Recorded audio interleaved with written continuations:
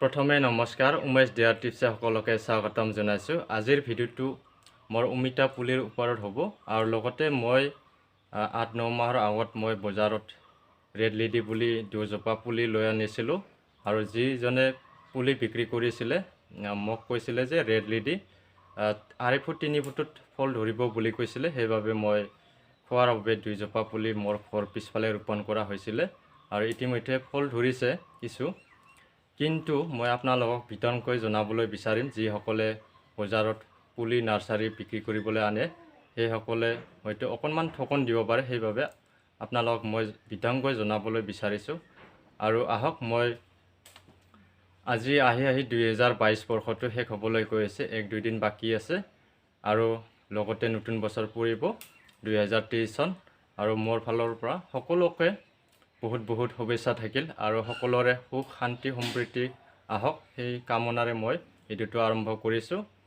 আৰু যিসকলে red lady Swapna বা পোচাক এইবিলাক যদি অমিতা পুলি ক্ৰয় কৰিব বিচাৰে, বিতংকৈ জানি শুনি বা বুজি লৈ আপোনালোকে 1 বিঘা 2 বিঘা বা আধা বিঘাৰ বিষয়ে 100-200 জোপা যদি পুলি আনে বা ঠগন যদি হয় তেতিয়াহ'লে আপোনালোকৰ লোকচান পৰিব। লোকচান মানে কিনে ধৰক 10 মাহ 12 মাহত বা 9 মাহত ফল ধৰিব। সেইবাবে আপোনালোকৰ যিটো সঠিকভাৱে যিটো অমিতা পুলি আনিব লাগে সেইভাৱে আপোনালোকে চিন্তা চৰ্চা কৰি অতি সুন্দৰকৈ পুলিটো যাতে ৰেড লেডি হয় বা স্বপ্না হয়, স্বপ্না বা ৰেড লেডি হ'লে 2.5 ফুট বা 3 ফুটত হাইষ্টটো 3 ফুটত ফল ধৰিবই এইটো।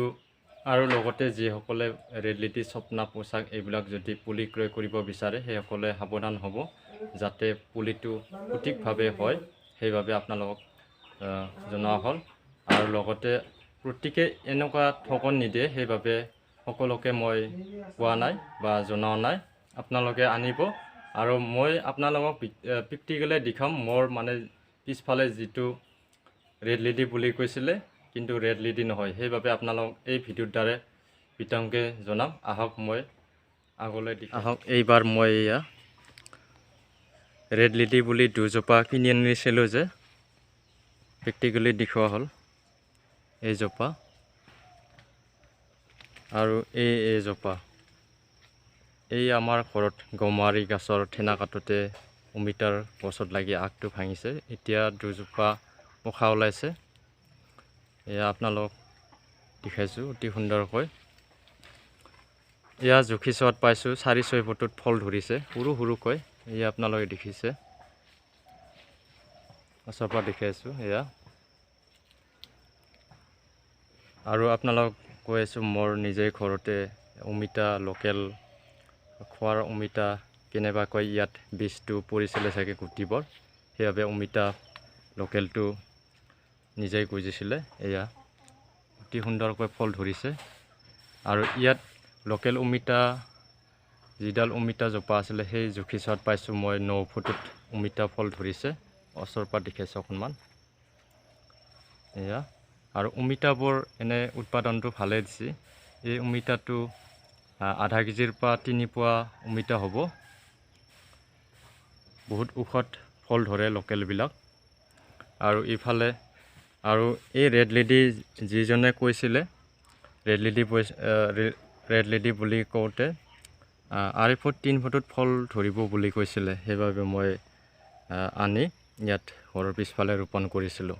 আপোনালোকে দেখিছে আজি 8-9 মাহ হৈ গ'ল, ফলটো 5 মাহত ফল ধৰিব বুলি কৈছিলে।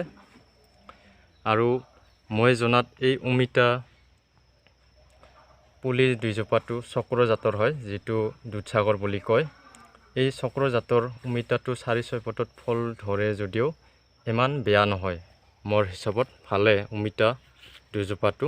আৰু যিসকলে চক্ৰ বা দুধসাগৰ কৰিব বিচাৰে, দেখাত 4-6 ফুট হ'লেও অকণমান ওচৰতে ফল ধৰিছে। আৰু মোৰ অমিতা পুলিৰ চক্ৰ জাতৰ মোৰ ভিডিঅ' লিষ্টত আপলোড কৰা হৈছে, যিসকলে চোৱা নাই মোৰ ভিডিঅ'বোৰত গৈ চাব পাৰিব আপোনালোকে দেখাই আছোঁ। আৰু লোকেল অমিতাটো দেখাইছা, আপোনালোকে যদি লোকেলো কৰিব বিচাৰে লোকেলো কৰিব পাৰে। লোকেলবোৰো সেই 9-10 মাহত ফল ধৰে। আৰু যিসকলে এইভাবে কৈছোঁ যে আপোনালোকক দেখুওৱা হ'ল প্ৰেক্টিকেলি যে ৰেড লেডি বা স্বপ্না আনি পেলাই আপোনালোকে আশা কৰি থাকিব যে 5 মাহত ফল ধৰিব বা 4 মাহত ফল ধৰিব বুলি। সেইবাবে আপোনালোকক জনোৱা হ'ল যে যাতে সঠিকভাৱে পুলিটো স্বপ্না বা ৰেড লেডি বা পোচাক এইবিলাক লুনা এইবিলাক যদি হয়, সেইবাবে আপোনালোকক বিতংকৈ জনোৱা হ'ল। মই প্ৰেক্টিকেলি দেখাইছোঁ আপোনালোকক, মোক মানে ঠগন দিছিলে।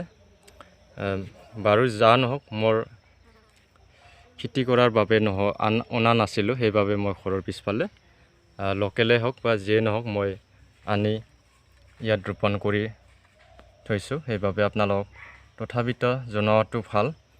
আৰু মই কওঁ যে যিসকলে পুলি ক্ৰয় কৰিব বিচাৰিলে আপোনালোকে সঠিক পুলিটো আনিব, যাতে ৰেড লেডি স্বপ্না বা পোচাক এইবিলাক যাতে জাতৰ অমিতা হয়। সেইবাবে আপোনালোকক জনোৱা হ'ল যে অতি এটা সুন্দৰ খেতি পথাৰত লগাই কম দিনত উপাৰ্জন কৰিব পাৰিব আপোনালোকে।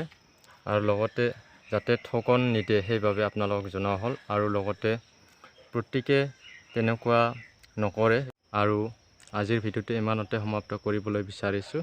আৰু যিসকলে মোৰ এই চেনেলত নতুনকৈ আহিছে সেইসকলে ছাবস্ক্ৰাইব কৰিবা, লগতে লাইক কৰিবা, শ্বেয়াৰ কৰিবা। আৰু আজিৰ ভিডিঅ'টো চোৱাৰ বাবে ধন্যবাদ থাকিল আপোনালোকলৈ।